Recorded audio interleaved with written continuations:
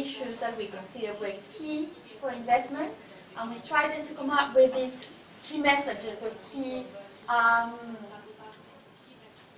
issues around investment. So what Andrea explained, the principles for responsible contracts are already kind of like a very sophisticated application of these key issues, and something that was done through consultation and a very long process. But we were trying to do here is also, if you look beyond contracts, because contracts is only one tool and one of the many different instruments that states use in terms of investment and to regulate and promote and facilitate investment. So what we tried to do with Andrea was identify these issues, and we came up with 6 issues. So what I'm going to do now is to present those issues, and then in the afternoon what we would like to do is that taking these issues, that then we think about what is happening in Indonesia, and then that we come up with some ideas of the challenges and the steps that can be taken to address those challenges. So let's start with why investment and human rights, because normally the discussion is about business and human rights, right? So we are bringing here the lens of investment, because we feel that investment allows you to get some other actors in the conversation. It allows you, in particular, to look at the role of the states and what they can do in terms of protecting and ensuring the respect for human rights. It can also help the conversations internally in the companies, because sometimes when you start speaking on business and human rights with companies, it comes to the sustainability departments or the CSR departments, but when you bring the lens of investment, then the conversation might be with those deciding the merger and acquisitions or the investment strategy or even the financial division. So this is actually another entry point for human rights issues and the conversation in terms of in the context of the economic activity. So investment is also important because a lot of the corporate human rights abuses actually happen or are related with investment projects. And at the same time, we all know, because it's for our context, investment plays a key role in the global economy, and it's an essential vehicle for development. We've seen also that the new SDGs, the Sustainable Development Goals, recognize a very important role for the private sector and for foreign investment in guaranteeing this development. So we are speaking here of a very important economic instrument, and that's the focus. Now, why now? So the international policy on foreign investment has shifted. So Andrea mentioned this at the beginning, but I'm going to go a little bit deeper on this. It's not only that in the side of human rights we are now having the guiding principles as a tool, but the discourse in terms of international policy is changing.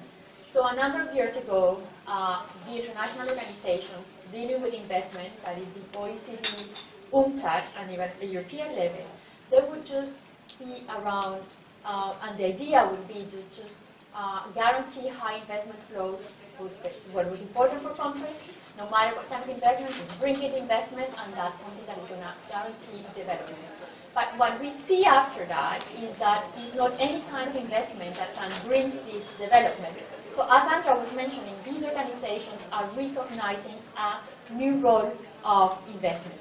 So we see that the OECD produces something called the Policy Framework for Investment, which is a manual or a handbook or some guidance for governments in terms of their investment policy. And what we see in this PFI, which was recently updated, is that the OECD is recognizing a very important role for the regulatory activity of the state, and is basically saying social environmental regulation is important to guarantee a favorable investment climate, but it is also giving a very important place to, it's recognizing a very important place for responsible business conduct. So in the context of the OECD, they have developed this concept of responsible business conduct based on the OECD guidelines for multinational enterprises. And are you all familiar with the OECD guidelines? Yes? Most of you are familiar with these guidelines. So based on these guidelines that were adopted in '76 and that were updated in 2011 with a human rights chapter, the OECD has been working on this responsible business conduct agenda that includes developing a series of tools and guidance in different sectors, in particular in conflict minerals, but now they are developing guidance on due diligence in the garment sector, in the agricultural sector, in the, I think also agriculture, technology, financial sector, and garment sector. And they are saying, and the PFI recognizes a very important role for responsible business conduct, also in the context of investment. The other important actor here is UNCTAD, so the UN Conference on Trade and Development. They're basically the UN body that works on investment. And since 2012, they produced what was called the Investment Policy Framework for Sustainable Development, in which I was very much involved with UNCTAD in producing this policy framework. And what UNCTAD is doing is basically saying we need to think about investment policy broadly, we need to think about all the tools and all the instruments for regulating investment, and they're also saying that there is a new generation of investment policies that needs to come into light.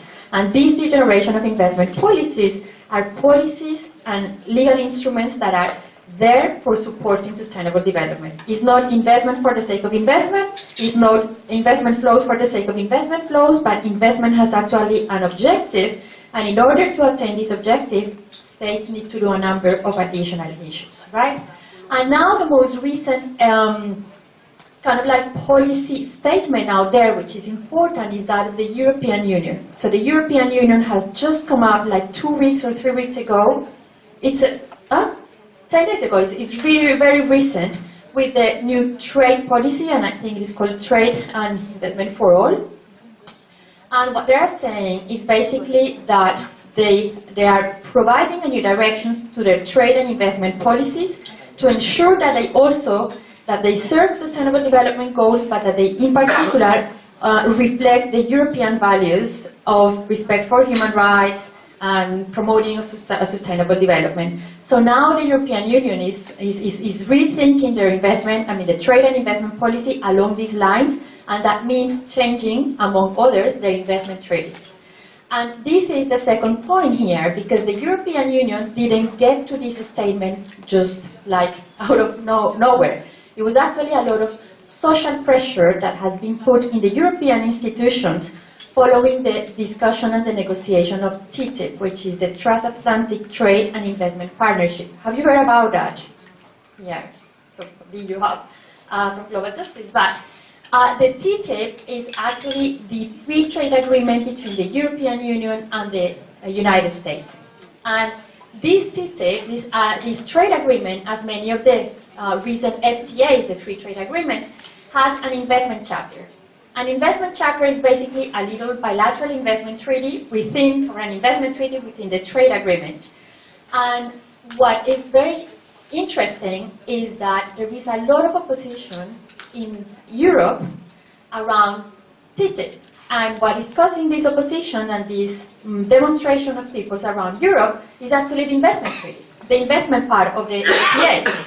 And why is it? And why is that people are demonstrating all across Europe against TTIP? Well, there are a number of reasons around these investment treaties that are generating concern about the capacity of states to continue to meet their, to adopt measures in the public interest, including respect for human rights or protecting human rights. And I have to take a step back here probably and ask whether you know and you are familiar with investment treaties. Are you familiar with investment treaties? Yes, or anyway, let's go then a step back, because Andrea mentioned state investor contracts. So state investor contracts is a tool that is negotiated and signed between a state and an investor, right? And is providing some context and some rules for the specific project. Now, an investment treaty is actually an agreement that is signed between two states, so state A and state B. They sign, and that is a treaty. So a treaty is an international instrument, right, regulated by international law. And with this treaty, with this agreement, the states agree to provide certain protections to investors. to foreign investors. So when investors from a state A go to invest in the state B, so these states commit, or state D commits to provide a series of guarantees and protections to these investors.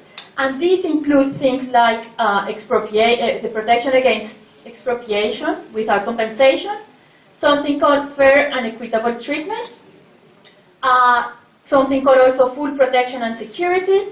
So a number of very broad and very broadly drafted protections for investors, right? And most importantly, in addition to these protections, is that they provide access to what is called ISDS. So it's investor state dispute resolution. And that is basically the possibility for investors to go and ask in an international arbitration when they feel that there is a breach of one of those protections for an investor. Is that clear? And what is happening basically is with this mechanism is that what we're seeing is investors challenging all kinds of state measures, including those measures that the state might take in order to protect the public interest. So that is something that people in these demonstrations around Europe and in other countries are saying is that how come that the state is limiting their capacity to regulate on the public interest? So that's one of the elements that Andrea mentioned. Keep your policy space. And that is creating a lot of pressure then, in particular in this negotiation between Europe and the US, in terms of how can we guarantee that these treaties do not limit this capacity of the state to regulate in the public interest, including to meet their obligations on human rights.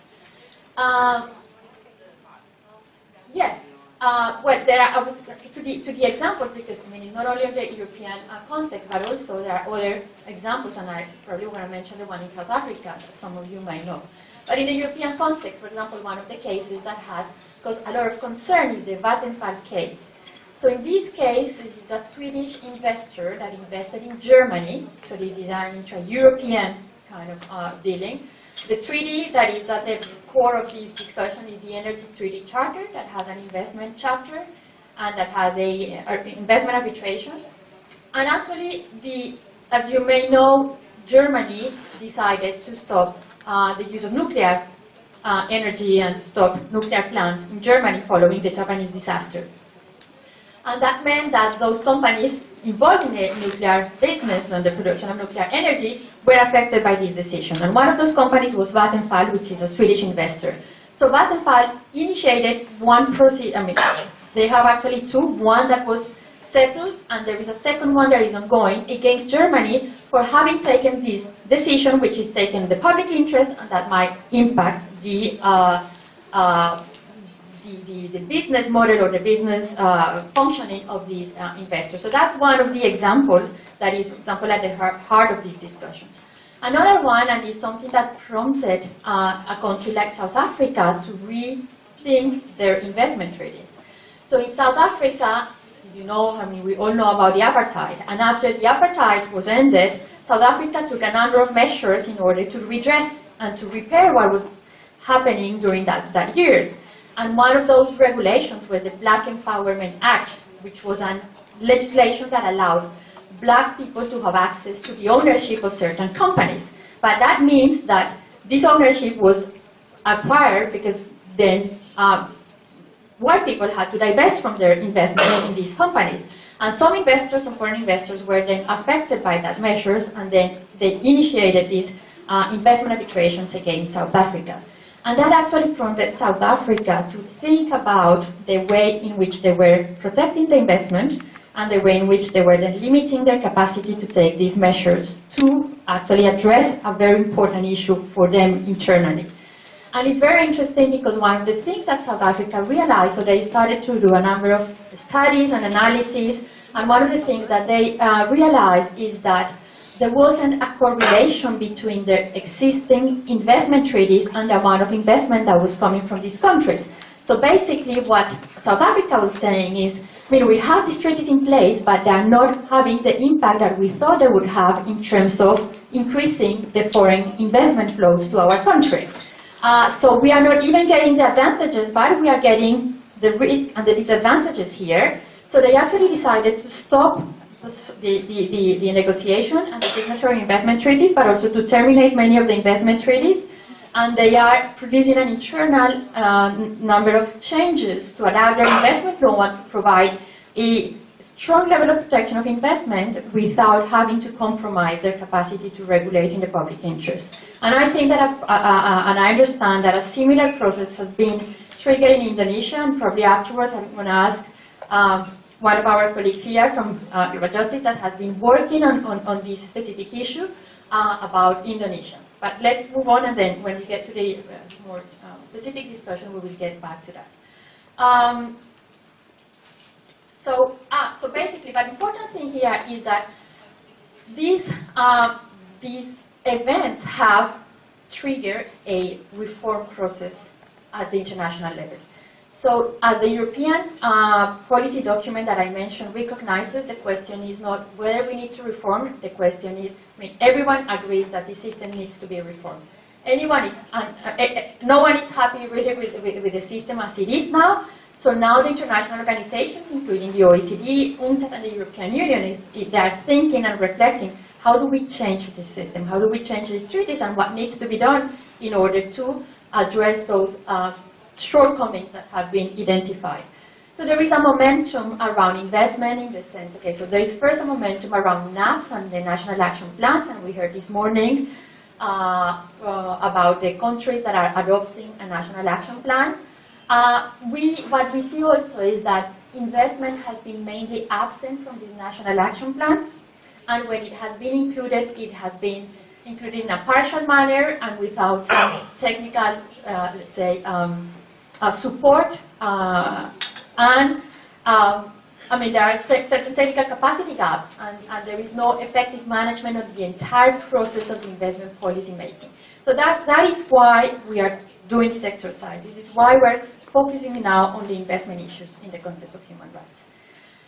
So these are the key issues that we identify. So as I mentioned, so we took the guiding principles that Andrea described this morning, and we identified what are those elements in the guiding principles that are key when we think about investment.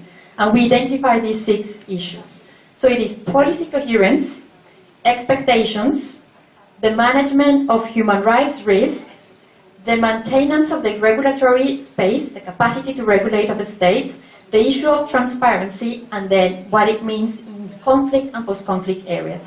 That might be less relevant in the context of Indonesia, but that was very relevant in the context of Colombia, as I mentioned that we are about to sign a peace agreement.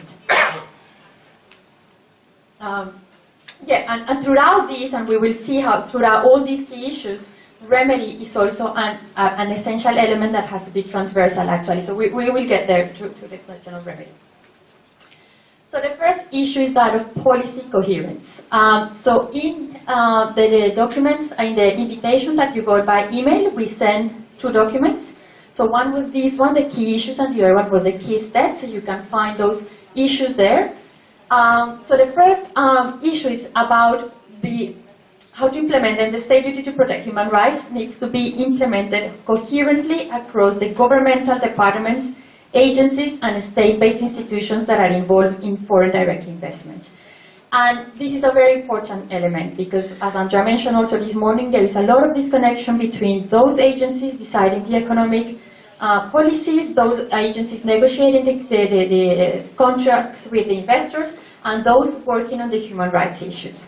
So what I invite here, and that's what one of the exercises that we want to do, is to think about what are those functions of the state in terms of investment. So to think coherently about what needs to be done and where the levers need to be included, because the idea is that across the board, the message needs to be consistent, right, around human rights.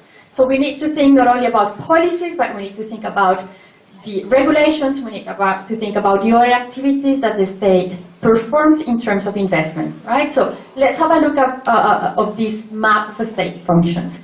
And we work here by functions because these functions are performed by different agencies in different countries. So probably we can do this afternoon a little bit of thinking around in Indonesia who does what, right? But what is important here is to think that we have at least 3 levels to think about in terms of what are the roles of the state with respect to investment. So the first one is at the policy level. So the first thing is for a state to decide what is the investment policy for, what are the objectives of this investment that they want to bring into the country, right? The second level is that of the regulatory level. So it's there, and I was saying, around regulation, about how you regulate those investments in order to harness the benefits of the investment and to minimize the negative impacts. So at the regulatory level, we find actually two areas, at the domestic level and at the international level. And at the domestic level, we have a series of tools, but in particular, we have national legislation. And it could be a national legislation that is specifically on investment. So it might be an investment law. But actually, some countries don't have an investment law, so that you have to, in a way, start identifying where in legislation you place or you find this regulation for investment. But it also means regulation in other areas that might not be called investment, but that apply to investments, like environmental issues, environmental licenses, sometimes corporate law and the way in which companies are incorporated, the kind of information that is required when a company or a subsidiary of a company is incorporated, so that's also important. In terms of taxation, for example, it might also be relevant when you think about investment and what impact it might have on human rights. So there are a number of issues which are related to the way in which this investment is regulated that need to be into consideration. And then we have state investor contracts, which Andrea has already explained, and I'm not going to go into much detail. But in addition to that, we need to be thinking about remedy. And this is a very important element here, and something that is not usually seen as part of regulating investment. Because when states think about regulating investment, they think about protecting the investor. How can we guarantee that investor comes? How can we protect the investor so that it comes here, right? But actually, part of this guarantee today, as we are going to see that, is to provide remedy to those affected by the negative impacts of the economic activity. And why? Because if the state does not provide those channels, right, those instruments to channel the complaints and to channel the frustrations and to channel the complaints around the violations of the companies against human rights, that would cause social conflict. That would result in social conflict. That would result in a problem for the investor. That would result in a community that does not allow the business or the activity to continue. So actually, providing that remedy is very important in the context of investment too. And also is thinking about the enforcement of investor rights and how these rights are being enforced. Is it through an investment arbitration? Is it through court? And if it is, are we taking into consideration when we enforce those rights, the responsibilities of the investors too? So these are things that we need to kind of like have the big picture when we think about investment and how we regulate this investment. The other area which is usually neglected or forgotten, is that of the other activities that the state performs in terms of investment. So it is not only that the state has a policy or that it regulates through laws the investment, but it is also that the state has a series of activities around investment. So you have, the states are very active in promoting investment, and normally they have promotion investment agencies that go around the world to promote the investment opportunities in the country, and they play an important role in creating, for example, the expectations of investors. The states also facilitate investment, and what we see is that, for example, some states have these economic missions. So some states would, for example, create a mission that would be led by the Ministry of Economy of the country, and they would take the businessmen of the country around the world to help them open markets, to help them open, I don't know, doors in other countries. So that's a way of sort of facilitating investment, right, and helping those investors when they go abroad.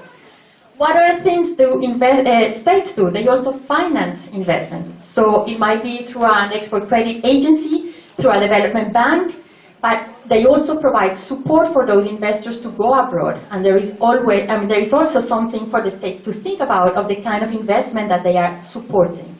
And then they also ensure investment. So this is in a nutshell, a way that we try to identify what are those roles that the state play in terms of investment. And we also need to think about that there is not only the central government or at the national level, but that a lot of those functions are actually performed by local authorities, and then we need to integrate also that local dimension into thinking investment, and also sectorial. In some countries, there are specific sectors that are identified as a key for the economy, or some specific sectors that have a specific regulation and also need to be thought about when we look at this big picture. Right? And in terms of coherence, and that why do we have this map? This map is because the entire spectrum of activities and functions needs to be coherent in terms of this purpose and this duty to protect human rights. So it has to be embedded into all the elements. It's not the function of one single, it's not the state investor contracts that is going to resolve the problem of managing human rights risk, right? It has to be across the board with all the functions performed by the state. So now, expectations.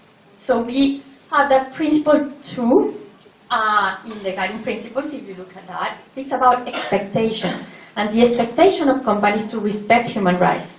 Well, actually, it is very important that this expectation is clearly set out by the state in all the different, in the policy and the regulatory framework. And the idea is to start setting the clear expectation that investors meet the responsibility to respect human rights, that this message is consistently communicated across the policy and the regulatory framework, and that the message is reinforced by the practices in promoting, facilitating, and financing investment. So it has to be across the board. Why? Because what we see sometimes, and the experience we had 2 weeks ago, is like we have sometimes these investment promotion agencies that go around presenting the very good investment opportunity, but are silent around the challenges that the investor might face in the specific country, right? And then you get into the country, the investor thinks, oh, actually this is a very good opportunity, and then they go to the country and they get their relations probably with high public functionaries at the ministries. Probably they speak to the ministry or the vice ministry, and the ministry is going to guarantee everything is going to go well. Don't worry, we're going to deal with this problem, and that is creating expectations. And as I mentioned before, these expectations are important for 2 reasons. The first one is because they have a meaning in the context of international investment law, right? So in this, what I was explaining here around the treaties, in particular around expropriation and fair and equitable treatment, the tribunals have identified as part of this, for example, fair and equitable treatment, the protection of legitimate expectations. So these tribunals would look at what kind of expectations were created for the investors. What were the expectations on which the investor relied upon to decide this investment? And I tell you, I spent a number of years working with companies suing governments in these investment arbitrations. And one of the exercises that we would do actually was to look about the time of investment. What happened when the investor decided to invest in this country? And we were looking, and we were providing as evidence even the documents that were given by the investment promotion agency, or documents that were given by the Ministry of Economy when they were going to a roadshow in Europe, saying this is a wonderful opportunity, and giving a little bit of an idea what the regulatory framework was. But we were using these documents within the investment arbitration to say actually this was the expectation that was created by the state, and that now is not being carried through in the investment, and that's why now the investment is suffering X or Y negative consequence. So that is very important, that the expectations are then clearly communicated to the investor from the beginning, and that it is also consistently communicated by all of the agencies that have to do with investors, that deal with investors, and that have a relationship with investors. The other one is because it also helps create a favorable investment climate. Investors want to know what they have to expect. So it's not only that for the state, but also investors want to know what is that is expected from us. What is that is in terms of what Andrea was explaining at the beginning. They need to know and they want to know what are the kind of challenges they are going to have, because they're very pragmatic. What they want to know is how much this is going to cost me. So I need to know what is that is being expected. I put a number and then I decide it makes sense or not. And I go ahead or I don't go ahead. But that's why it is very important to do it at the very beginning. Okay. This is the third element, the third key issue. Yes? Go back with the previous slide. Yes. I have a question whether you can share some experience where a corporation view that the use of this kind of assessment is benefiting for investment climate for them in their, how corporate, do they really see this kind of contract assessment as favorable for investment climate, or whether it creates more conditions for corporations? This is a very good question, because this is actually the fear of the state. The fear of the state is if I regulate, if I introduce this regulation, the investor is going to be afraid and he's going to run away. Well, if he's a bad investor, he might run away. But good investors actually want to have these regulations in place.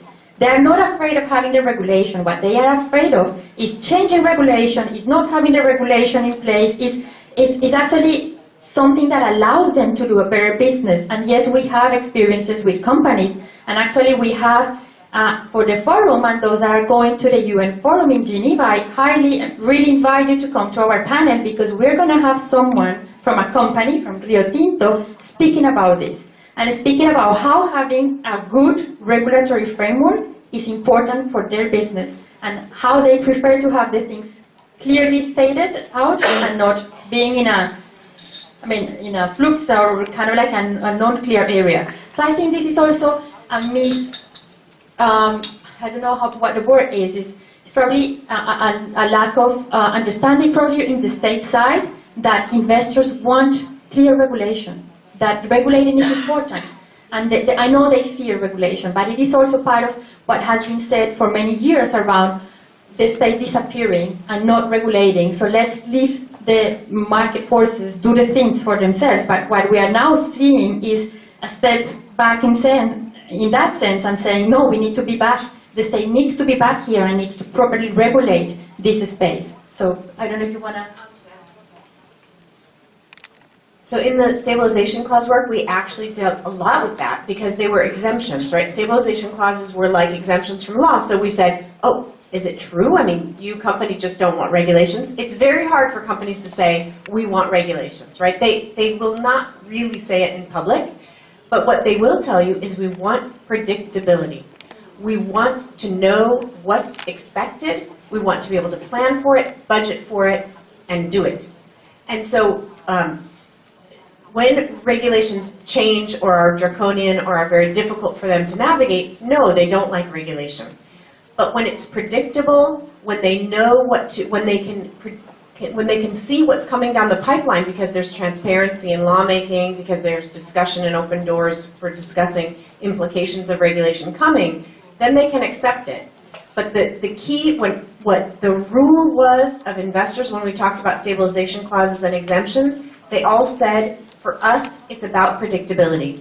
And what Simon Wake of Rio Tinto will be talking about on the panel is that Rio Tinto is in certain countries because there's predictability, rule of law. And he said that those are key for us because we can plan, budget, and execute. So it's more about this than a fear of regulation, although the discourse at the international level around investment was often take away regulation and then you're facilitating investment. But that's not, if you talk with responsible companies, that's not what they'll say. And that takes us actually to our second point here, well, the third one, which is that of managing human rights risk. And it's how you understand this management of human rights risk as a tool for protecting your investment. And this is something that is sometimes difficult to understand for states, but also for companies, but let's see if we can get here to that point. So we know that today, a lot of the risks that companies are facing is risk related to the management of their environmental and social risk. So a wrong assessment in terms of the environmental impact or a wrong assessment in terms of the human rights impact might cost the company a lot of money.